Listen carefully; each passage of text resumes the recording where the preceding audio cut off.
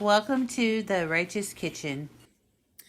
Let's talk about prepping the holiday ham for Easter. I have a whole bone-in ham.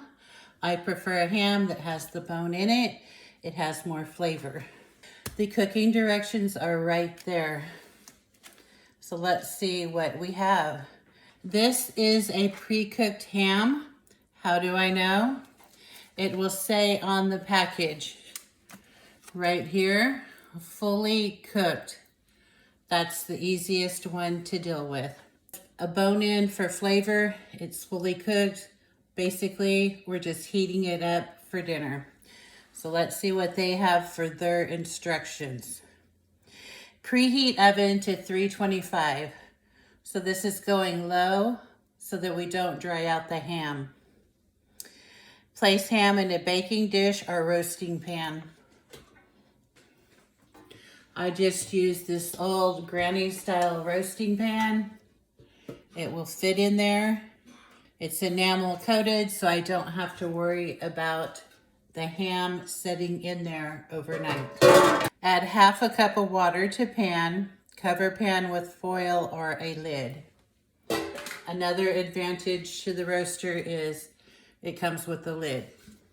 We're covering it with a lid because we want to retain the moisture. Heat for approximately 10 to 15 minutes per pound or until it's heated through. We need to know how much the ham weighs. This ham weighs 21 pounds almost. So 20 pounds times 10 is 200 minutes. So 6, 12, 180. I'm going to say 3.5 hours is what it'll take to get this to temperature. I am looking for a temperature when this is done to be 160 degrees.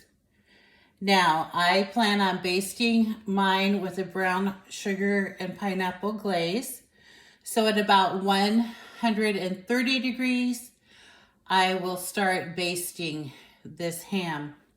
So let me prep it for tomorrow. I'm just going to unwrap this and rinse it really well in the sink to keep everything nice and clean, and rinse it right in the roasting pan at the sink. Once your ham has been rinsed, just pat it dry with a paper towel, and I am going to roll this back to the cutting board. And now I'll look for which way that I want to place this. The bone is near the bottom, so I'm just going to flip it over.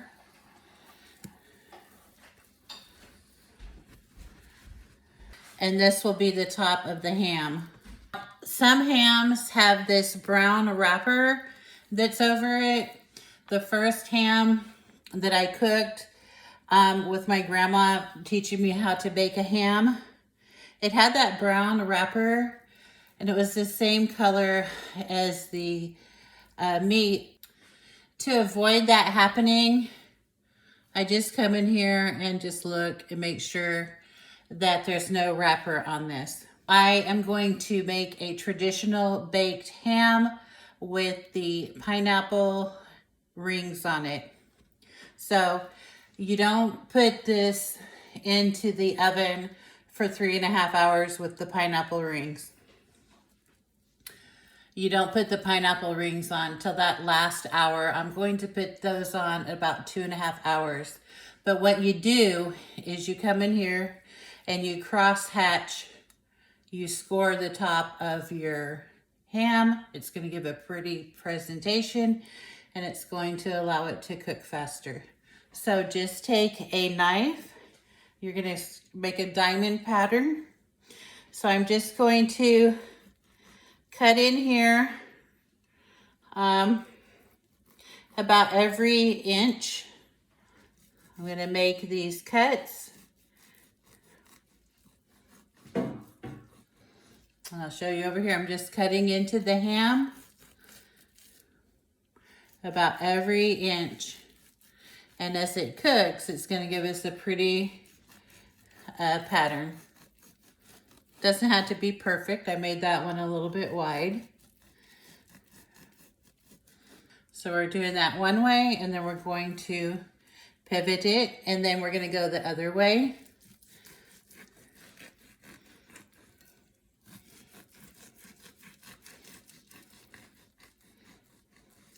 I'm only cutting about a 1/2 inch or so deep.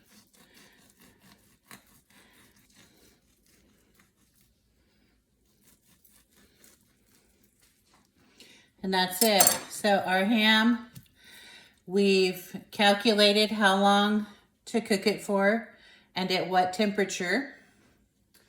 We know what kind of pan to use.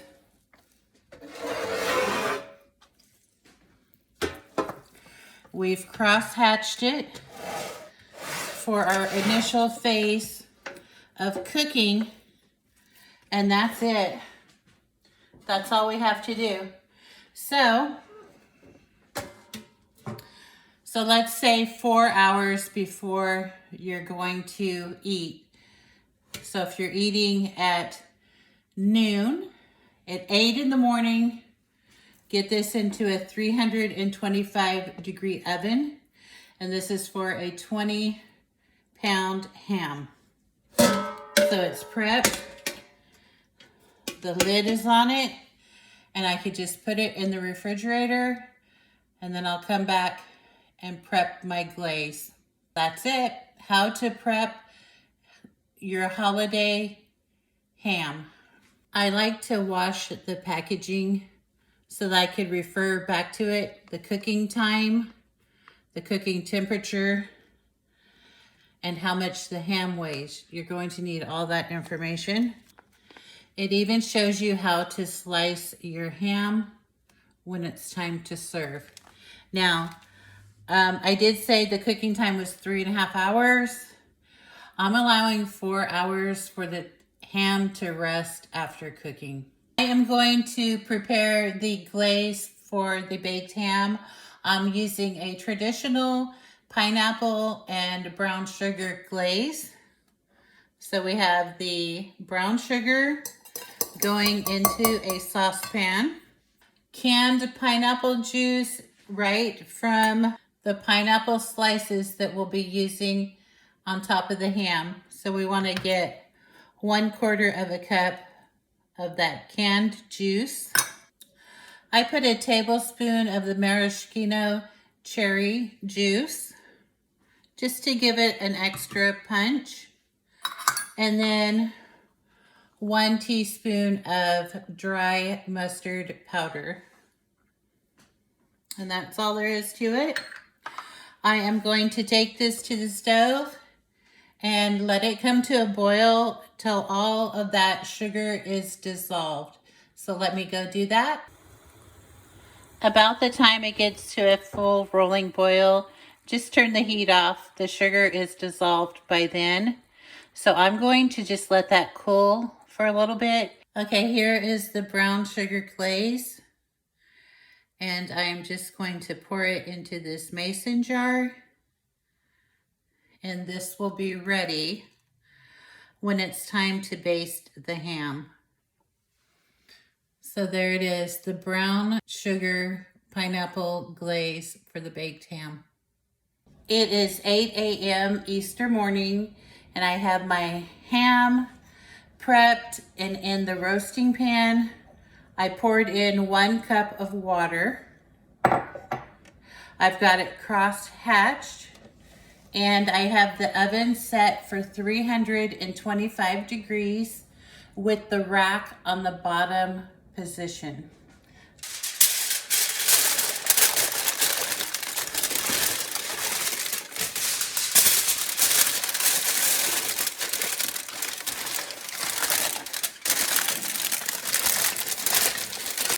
The foil is going to help it to heat through faster.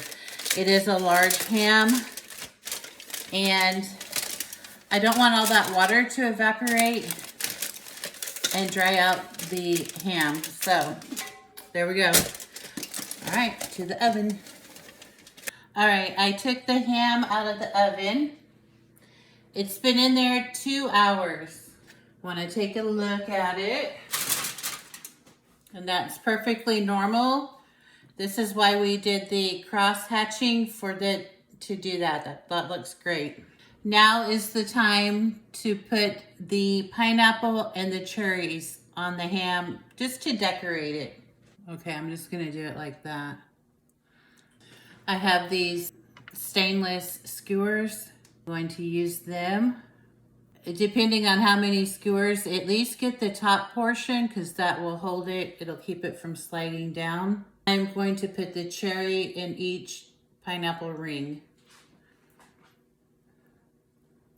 Now I have that glaze that I made yesterday. When you are cooking the glaze, don't overcook it. You just want to heat it up enough to dissolve the brown sugar. If it gets a little too thick on you, just add some more of the pineapple juice that you had left over from the can. This glaze is going to seep into those where you cut it. I have a good coating. I'm going to put it back in the oven. I'm not going to put a cover on it this time. And I'm just going to let this glaze get really sticky onto the ham. All right, I'm back after that first glaze. I'm going to do the same thing. Just drizzle this over the pineapple and the ham. And you can do this as many times as you want until the glaze is as sticky as you want it to be. And with each coat, it's going to stick more because it has that sugar to stick to now.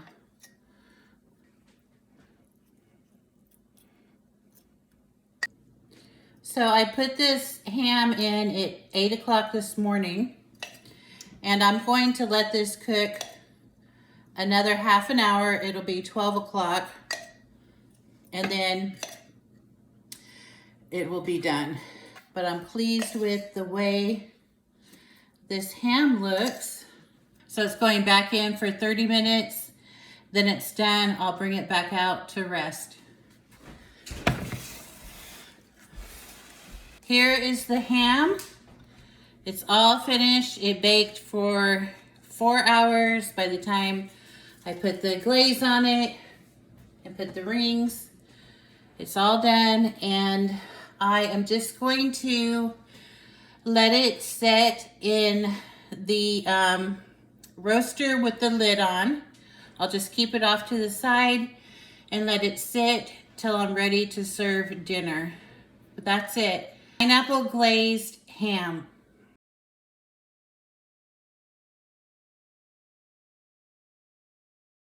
Please follow The Righteous Kitchen at blogspot.com and across social media.